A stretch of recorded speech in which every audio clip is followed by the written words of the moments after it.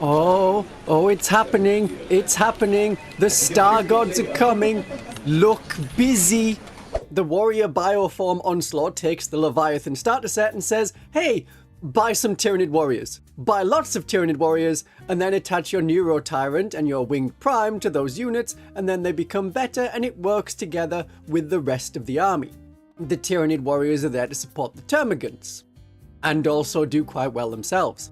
It's a good detachment that focuses on a couple of units, but also makes the rest of the army work well. It's very similar to the Army of Faith, where, yeah, the Seraphim are the focus, but the rest of the army can do alright with it.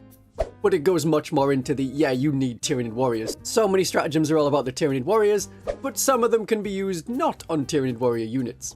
It is good that Games Workshop are doing so many detachments. It is nice to have as a community.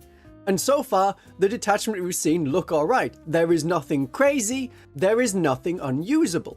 But the intention of this video is to find a response to the statement, tell me something I don't know, but on the topic of Detachment December. In the White Dwarf was a statement from Games Workshop about how the detachments are meant to work. Not just these detachments coming out in December, but all of the detachments. They wanted to stop the detachments from being locked to like sub-factions.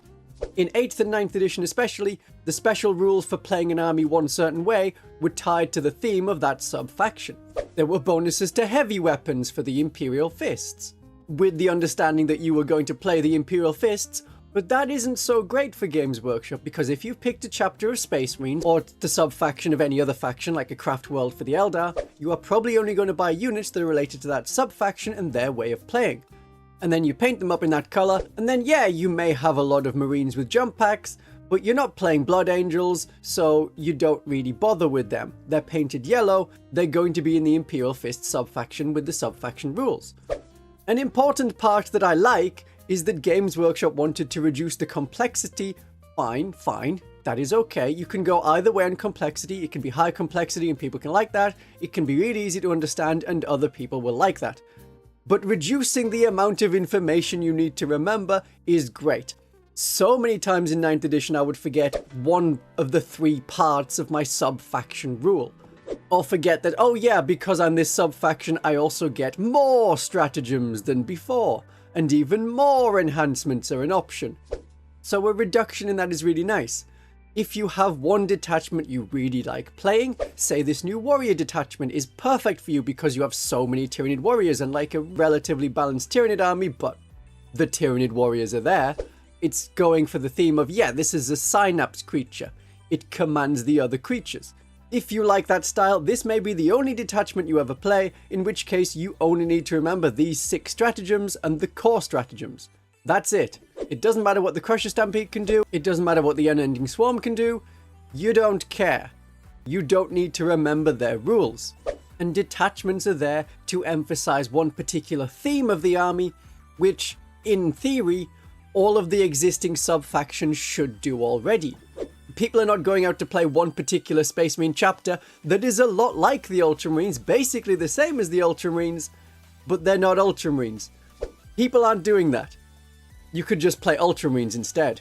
Or if not the second founding chapter that's like the Ultramarines, the one next to them that is also a second founding chapter that is also coming from the Ultramarines. Why that first one and not the second one? So you have themed sub-factions, and so detachments are going to naturally have a theme based around one of the sub-factions. I like detachments in 10th edition, especially compared to sub-factions in the past editions. Maybe my Battle Sisters of the Sacred Rose are feeling particularly bloodthirsty today. Maybe something went wrong. Maybe we didn't want to be martyrs and want the enemy to be martyrs. So I would play with the Bloody Rose rules, but it looks weird to do that on the table because mine are white, not red. And this was a problem we had in like 7th edition. The White Scars had the best sub-faction rules if you had some bikes. So a lot of people who are Ultramarines players would use the White Scar rules on their blue painted Ultramarines, and we got the theme of blue scars. That was the meme. So doing it this way, yeah, if the Outrider detachment was the best detachment, it doesn't matter if they're White Scars or if they're Ultramarines, it still works in that detachment. And you could do it the other way around, the White Scars that actually follow the Codex Astartes. They exist. the White Scars are not too far out. And with more ways to play, you buy more models to make other playstyles work. Oh, look at this codex that I totally bought. It has so many different ways to play. It feels like I'm missing out if I'm not trying all of them out. But the Biosanctic Brood Surge isn't going to do much for you if you only have 5 Aberrants and 5 Pure Strains in your collection. So you buy more in the hopes of helping out the Star Gods. Give the video a like if you appreciate the Star Gods. But if you don't appreciate the Star Gods, then you need to click the like button to support the resistance to the Tyranid invasion. Got him. So why is Games Workshop releasing more detachments now? It isn't the desire to do something nice for Christmas. It is a business need that has a Christmas theme. Games Workshop needs to get people back into 40k, and a new detachment for every faction almost guarantees that every player will now have a reason to play 40k again. If you play 40k, you're more interested in buying models for 40k and supplements and so on. I know a lot of people have gotten bored with their one index detachment after 18 months. They will stop playing. Or if their codex came out, but they could only field one of the detachments feasibly and were not impressed by the one character model and a kill team box that their faction got, they will stop playing. If you are a war gamer, and not just a Warhammer player, there is a new Infinity set, a new edition of your dad's favourite wargame, Bolt Action, and Trench Crusade is calling. All of these are pulling people away from Games Workshop, as are, the prices, but that is always true.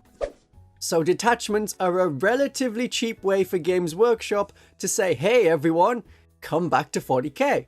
And if it doesn't work, they haven't spent too much money like producing models to try and get people back in, or doing a Gorka Morka where it's like, hey, there's this new box that everyone can buy, come back and play 40k. Gorka Morka did not do well for Games Workshop. It was very rushed. It did quite a bit of financial damage to Games Workshop, despite it being quite a fun game. But if you knew all that already, I need to tell you something you didn't already know. Well, expect armies that are not affected by the balance patch to come out first. We know that Space Marines are getting some kind of change, that Genestealer Cult are having their Cult Ambush altered, that Battle Sisters are having Miracle Dice reworked, and that Death Watch are getting an index, and maybe more than that. They're getting a change, so expect their detachments after the balance patch and points update has come out. The balance patch and points update could be part of the 30 documents that are going to be downloaded throughout the 24 days.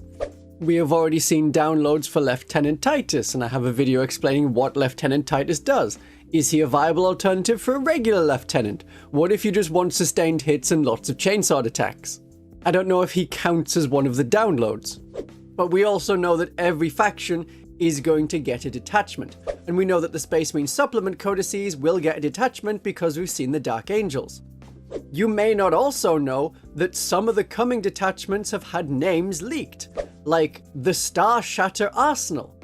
Sounds maybe Eldar, could be Dark Eldar, or Tau. The other one is the Hex Warp Thrall Band. Is that Zangors? It could well be Zangors. 4th of December Zangors? It wasn't Zangors, it was Necron Canoptic Court with control area crossed with a cheeky bit of teleportation. And also, while these detachments are coming out from the 1st to the 24th of December, there is something special on the 25th. But I doubt I will cover that on the day. These detachments that are being released are not expected to be in the codexes like the Imperial Guard and the Eldari. However, I don't expect Games Workshop to keep to that for the rest of the edition. And towards the end of the edition, I think updated versions of these detachments may appear in the codexes. If it feels like a cheat to say, well, there's 5 new detachments, but you've already seen this one in December, they're doing that already with the indexes. There are 4 Battle Sister detachments, and you've seen the Hallowed Martyrs already with a slight rework. It's a good detachment. Each detachment works on emphasizing one element of the army, either flavor or units. And what we're seeing with the smaller codexes is combining 2 elements together to make it work. So the Dark Angels, their detachment is the Raven Wing plus the Death Wing. Or like the Custodes, they have detachments that combine 2 parts to make a stronger, in theory, whole codex, and that's how it should work. The different elements supplement each other.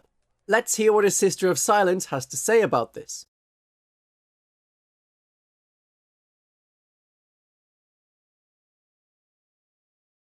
Brilliant.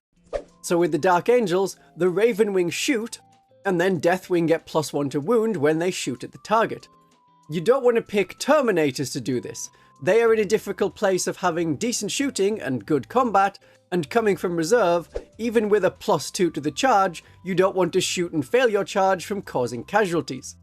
But that's if you're like multi-charging, because you only get the +2 if you're charging it to something already in combat with a Ravenwing unit.